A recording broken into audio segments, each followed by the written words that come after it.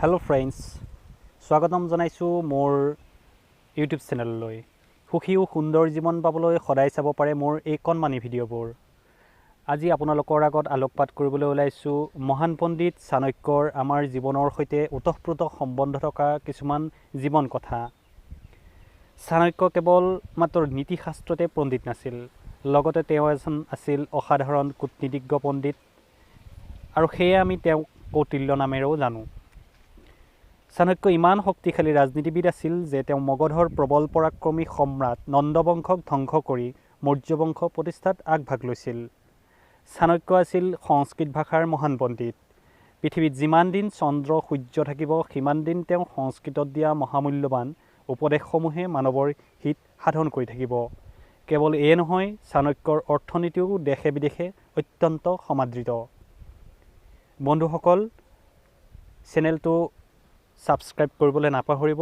চাণক্যৰ এনেধৰণৰ বিভিন্ন ধৰণৰ যুক্তিসন্মত জীৱন কথা মই পিছৰ অংশত আপোনালোকৰ বাবে লৈ আহিম। তেওঁলোকে দিয়া আমাক মহান বাণীসমূহ মই আপোনালোকৰ মাজলৈ লৈ আহিছোঁ, শুনক। সুপুত্ৰ সম্পৰ্কে চাণক্য নীতিত কৈছে যে অসংখ্য তৰাই আকাশত জিল মিলাই থাকে, কিন্তু অন্ধকাৰ দূৰ কৰিব নোৱাৰে। অমাৱস্যাৰ ৰাতি এক চন্দ্ৰৰ অভাৱত সকলো অন্ধকাৰ হৈ পৰে। সেইদৰে শতমূৰ্খ পুত্ৰৰ তুলনাত এজন গুণৱান পুত্ৰ শ্ৰেয়, কাৰণ মূৰ্খ পুত্ৰসকল পিতৃ মাতৃৰ দুচিন্তাৰ কাৰণ, কিন্তু গুণৱান পুত্ৰই পিতৃ মাতৃৰ সুখ বৃদ্ধি কৰে। মূৰ্খ পুত্ৰসকল কুলৰ অখ্যাতিৰ কাৰণ।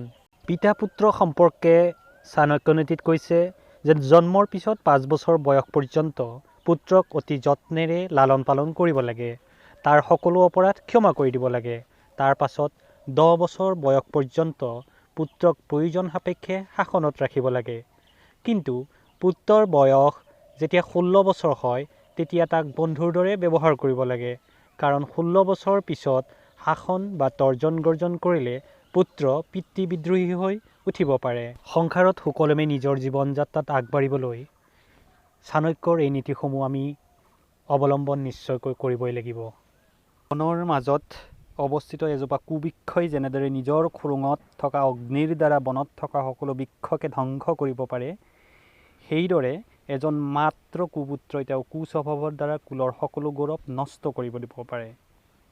অতিমাত্ৰা ভাল নহয়। এই সম্পৰ্কে চাণক্য নীতিত কৈছে যে অতি ৰূপেণ বৈচিতা অতি গৰ্বেণ্য ৰাৱণা। অতিমাত্ৰা সকলো বেয়া।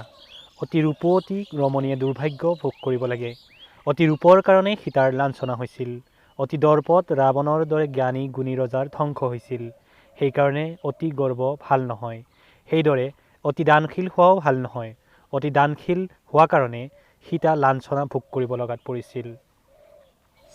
চাণক্য নীতিত অৱস্থাভেদে পলায়নৰ কথা এইদৰে কৈছে যে উপসৰ্গ হনাচক্ৰে চ দুৰ্ভিক্ষে চ ভয়াৱহে। মহা দুৰ্ভিক্ষ মহা উপদ্ৰৱ আৰম্ভ হ'লে, নতুবা শত্ৰুৰ দ্বাৰা প্ৰবলভাৱে আক্ৰান্ত হ'লে পলায়নেই একমাত্ৰ পথ। এনেকুৱা পৰিস্থিতিত পলায়ন কৰাৰ ফলত প্ৰাণ ৰক্ষা সম্ভৱ হয়। সেইধৰণে দুষ্টৰ সংগৰ পৰা পলাই যোৱা উচিত, নতুবা প্ৰাণহানি হোৱাৰ সম্ভাৱনা প্ৰকট হৈ পৰে। ক'ত আবাস কৰে? চাণক্য নীতিত কৈছে মূৰ্খ যত্ৰ ন পূজ্যন্তে ধান্যং যত্ৰ সঞ্চিতম। যাৰ ঘৰত অন্ন আদি আহাৰ পৰিপূৰ্ণ হৈ থাকে, যি ঘৰত স্বামী স্ত্ৰীৰ কণ্ডল নাই, মূৰ্খ ব্যক্তিয়ে য'ত আদৰ নাপায় সেই ঘৰত লক্ষ্মী দেৱীয়ে স্বয়ং আহি বিৰাজ কৰে। স্বামী স্ত্ৰীৰ মাজত কণ্ডল নহ'লে সাংসাৰিক শান্তি অক্ষুণ্ণ থাকে, আৰু মূৰ্খই সমাদৰ নাপালে মূৰ্খৰ বুদ্ধিদোষ প্ৰবাহিত নহয়। ব্যাধি মোহ অগ্নি আৰু সুখ। এই সম্পৰ্কে চাণক্য নীতিত কৈছে যে সকলো ৰোগতকৈ ডাঙৰ ৰোগ হৈছে ভোগ বাসনা। ভোগ বাসনাৰ পৰাই সকলো সমস্যাৰ উদ্ভৱ হয়। সকলো শত্ৰুতকৈ ডাঙৰ শত্ৰু হৈছে মোহ, আৰু মোহেই হৈছে নানাবিধ দুৰ্গতিৰ কাৰণ। ঠিক তেনেদৰে ক্ৰোধৰ নিচিনা এনেকুৱা প্ৰচণ্ড অগ্নি আৰু নাই। অগ্নিত লগে লগে পানী নাঢালিলে সেয়া নিৰ্বাপিত কৰা অসম্ভৱ। হিংসা সম্পৰ্কে তেওঁ কৈছে মূৰ্খানাং পণ্ডিতা দেখা অধনানাং মহাধনা। মূৰ্খসকলে সদায় পণ্ডিত মানুহক হিংসা কৰে। ধনহীন ব্যক্তিৰ আক্ৰোশ মহাধনৱান ব্যক্তিৰ ওপৰত, যেন ধনৱান হৈ তেওঁ বিৰাট অপৰাধহে কৰিছে। দুৰ্ভাগ্যই যাক আৱৰি থাকে তেওঁলোকে ভাগ্যৱানসকলক দেখি জ্বলি পুৰি মৰে। কুলতা নাৰীয়ে কেতিয়াও পতিব্ৰতা নাৰীক সহ্য কৰিব নোৱাৰে। পঞ্চপিতা সম্পৰ্কে কৈছে, জন্মদাতা পিতৃৰ বাহিৰেও মানুহৰ কাৰণে এই সংসাৰত আৰু 4জন পিতৃস্বৰূপ। তেওঁলোক হ'ল যি অন্নদান কৰে, যি ভয়ৰ পৰা পৰিত্ৰাণ কৰে, যি বিদ্যা দান কৰে, যিজনে যজ্ঞোপৱীত দান কৰে। এই 4জন পিতৃ আৰু জন্মদাতা পিতৃসহ মুঠ পঞ্চপিতা বুলি কোৱা যায়। বিশ্বমাতা সম্পৰ্কে চাণক্য নীতিত কৈছে, ৰাজা পত্নী, গুৰু পত্নী, মিত্ৰ পত্নী, তথৈব চ পত্নী মাতা স্বমাতা চ পঞ্চতা মাতৰ স্মিতা। নিজৰ জন্মদাত্ৰী মাতৃৰ বাহিৰেও আৰু 4গৰাকী মাতৃস্বৰূপা আছে। তেওঁলোক হ'ল ৰাজপত্নী, গুৰুপত্নী, শাহুৱাই আৰু বন্ধুপত্নী।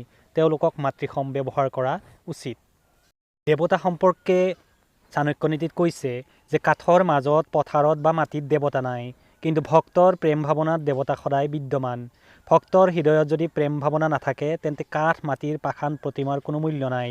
কিন্তু ভক্তৰ প্ৰেম ভাৱনাৰ ফলত সেই সকলো মূৰ্তিতে ভগৱান আৱিৰ্ভূত হৈ থাকে। বন্ধুসকল, চাণক্য নীতিত কৈছে যে কোনবোৰ ব্যক্তিক বা কোনবোৰ জন্তুক আমি জগোৱা অনুচিত। সাপ, বাঘ, সিংহ, মূৰ্খ ৰজা আৰু আনৰ কুকুৰ, এই 7জনক নিদ্ৰিত অৱস্থাৰ পৰা জাগ্ৰত কৰিলে অনৰ্থ হোৱাৰ সম্ভাৱনা থাকে। সেয়ে এওঁলোকক জগোৱা খুবেই অনুচিত। বন্ধুসকল, ইয়াৰ পিছত তেওঁলোকে কৈছে যে জগোৱা কোনবিলাকক উচিত। বিদ্যাৰ্থী, সেৱক, পান্থ, ক্ষুদ্ধাৰ্তু, ভয়কাতৰ, ভাণ্ডাৰী, প্ৰতিহাৰস্য, সপ্ত সুপ্তান প্ৰবোধয়েত। 7জন ব্যক্তিক কেৱল নিদ্ৰিত অৱস্থাৰ পৰা জগোৱা অৰ্থাৎ সাৰ পুৱাই দিয়া উচিত। যেনে বিদ্যাৰ্থী, সেৱক, দ্বাৰৰক্ষী, পান্থ, ভোকাতুৰ আৰু ভয়ত কাতৰ হৈ থকা ব্যক্তিসকলক নিদ্ৰিত অৱস্থাৰ পৰা জগাই দিয়া উচিত। এওঁলোক শুই থাকিলে ক্ষতি হয়, থকাতকৈ নথকাই ভাল। চাণক্য নীতিত কৈছে, ৰজা যদি শাসন কাৰ্যত অযোগ্য হয় তেনে ৰজা থকাতকৈ নথকাই ভাল। মিত্ৰ যদি কুমিত্ৰ হয় তেনেকুৱা মিত্ৰ থকাতকৈ নথকাই ভাল। মিত্ৰ যদি কুমিত্ৰ হয় শত্ৰুতকৈ অধিক ক্ষতি সাধন কৰি থাকে।